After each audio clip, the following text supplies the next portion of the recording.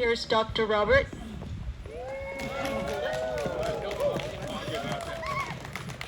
So I can't be as wild as my son here. I'm really proud of my son, by the way. Let's give him a hand again. That's awesome that, thank you, that's perfect. That's great that I'm seeing him, I'm seeing the rebel in my son again, because we had lost that for a while. But we're seeing the good rebel. I mean, I think you have to be a bit of a rebel in order to get through life. Otherwise, I mean, it just doesn't work.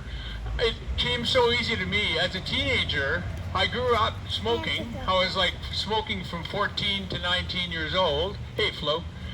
14 to 19, I was smoking. I was eating a bunch of junk food like everybody else at that age. And I wondered, how come we can buy cigarettes so easily? And how come we can buy all this junk food and it's not off the market? Like, what's going on here? Something isn't right. And I knew something wasn't right in the system. And so it really made a lot of sense to me that there was something that was weird that was happening. And so then I got into chiropractic, and when I first got into practice in 1980, this is what I would tell people. You're coming into my practice, it's a very different natural approach to health. I'm going to tell you one thing. If you want to be healthy, look at what everybody else is doing around you and do the opposite. And go to the grocery stores, see what everybody else is putting in their carts, and don't put that in, and put in some healthier food. And listen to what the governments are telling you to do, and do the opposite. And I was saying that in 1980, and I just knew that that was the right way to go. And then instead of saying that, after a while, I learned about the rhino philosophy, not the rhino that you might think the political rhino, but most people are cows and sheep, right? You know that? They just do what everybody else tells them to do. That's why this thing is going so well for the governments. But a rhino is an animal with a big, thick skull and a big horn and very thick skin. And he just charges through, having done some critical thinking about things and just going through life saying, this is where I'm going and don't stop me. This is where I'm going. Not a herd animal. Rhinos are very solo animals, and they have 2-inch thick skin in real life. And in order to be a rhino, the analogy is that you have the thick skin in order to repel the negativity of all the cows and sheep telling you, come this way, moo, this is where we're going, moo, this way, follow me. And really, that's been my philosophy since the beginning. So am I a conspiracy theorist? Well, not really. I'm a conspiracy analyst, yes. And I'm also a conspiracy confirmist. I'm seeing that. I think that's more my son's term. He's a friend of mine. I'm also a conspiracy researcher. I like those terms better than conspiracy theorist, because it really is true. You know, it's that shirt you're probably seeing. I need some more conspiracy theories. All the ones I used to believe in have come true. So as far as rules go, or laws, I will not follow a law or a rule unless it makes sense. Basically, I'll look at it, I'll do the analysis, I'll do my research. Like, for example, I wear a ski helmet when I ski, because it's not even a rule, but I mean, it makes sense to wear a ski helmet. Wearing a bike helmet in some provinces, I think it was in Manitoba, it was a rule, you're supposed to wear a bike helmet. I'll do that because it makes sense. If I'm going to crash my head on the concrete, it's not going to do very well without a helmet. So I'll follow that rule. But if a rule does not make sense, I will not follow it. That's all there is to it. That's the way I've always been. And that's been hard to bring up my kids that way, because then we tell them to do something. If they don't like it, no, it doesn't make sense to me. Oh, well, that's what I taught you. So say no to drugs, right? That's a big thing these days. Say no to drugs. And let me ask you this. If you were asked by somebody to take a bunch of gasoline that was maybe a year old and go into the river, the Kootenay River, and pour it down into the river, would you do it? If you were asked to take some battery acid and put it into the garden because it'll just get in there and it won't be a big deal, it'll just be fine, would you do that? No. And yet we're okay with putting a bunch of toxins and poisons in our children's bloodstream through vaccine. Does that make any sense? No.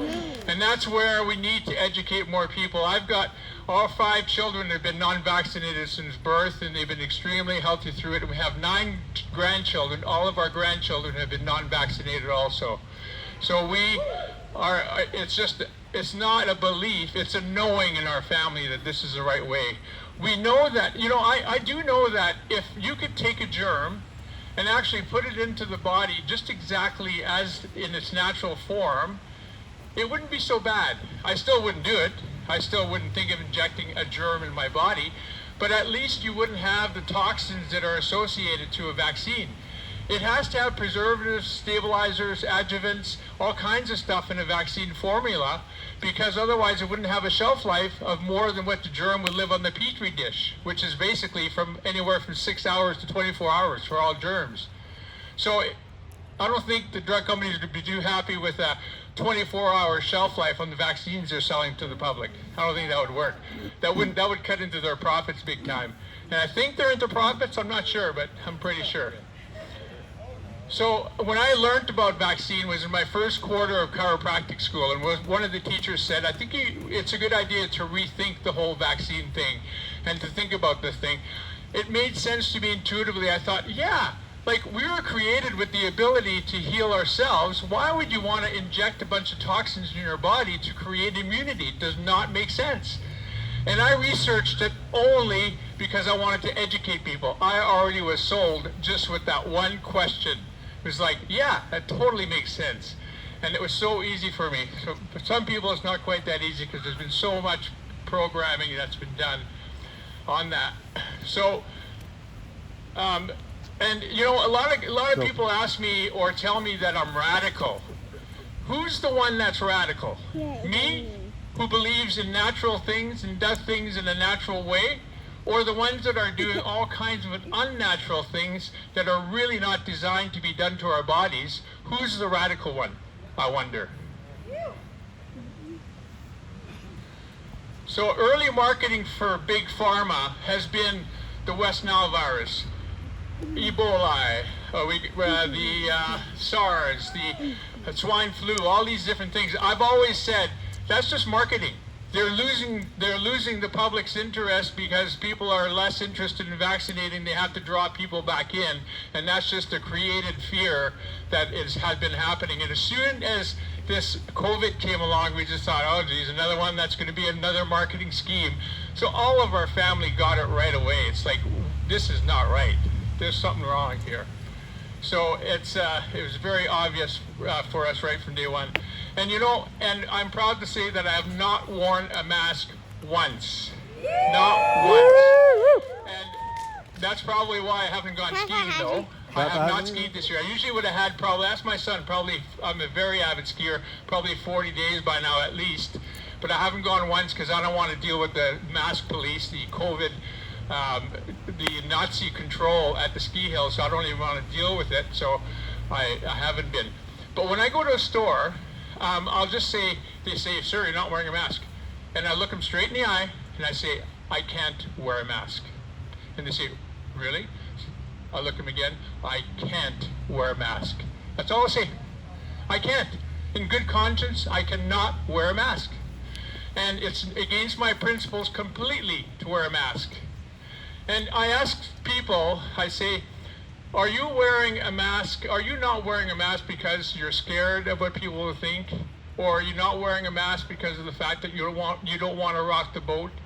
Or are you not wearing a mask because you're afraid of what your friends or neighbors might think of you? Or are you wearing a mask because you're actually scared of the virus? And if you tell me you're actually wearing it because you're scared of the virus, I respect that even more than if it's all the other reasons. My son gave me, he sent me a photo yesterday of a poster or a placard that he saw that said,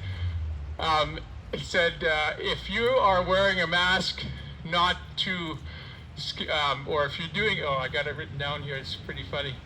Are you wearing a face mask to avoid hassles? And then there's a doctor handing out a prescription. He says, here's a prescription for a pair of balls. And there's really a lack of courage these days in the world What's happened to courage? It's like people are afraid to stand up for their rights, and we need to do more of that. We need to have the courage. So instead of waking up the sleeping sheep out there, we need to wake up the sleeping lions that are willing to stand up for their rights and be sovereign and be okay about being different. And my friend recently asked me, Robert, am I almost done for time? Yeah. My friend asked me, so why don't you wear a mask, Robert? And I said, Peter, I don't want to talk to you on the phone. I'll talk to you in person about it in the next few days, but I'm going to tell you this just for now. And you may not understand this, but this is why I don't wear a mask. Peter, I honestly really, really, really care about people a lot. He says, yeah, Robert, that's why it doesn't make sense that you're not wearing a mask. I said, Peter, let me finish. I care about people a lot. And that's why I don't wear a mask. Because I want to have a sovereign world. I want freedom for us. So you know what? There's a last thing I Eagles leave you again. with. If you don't stand, you know what do you all know that line? The line is, I'm going to read it properly so I'm not screwing it up here. If you don't stand for something, you will fall for anything. So if you don't stand for something, you're going to fall for anything. So stand up for your rights. Stand up for freedom. We have our children, our grandchildren, and we have these eagles that are flying above us that are just telling us that we need to stand up for our rights. So, yeah, let's go. Woo!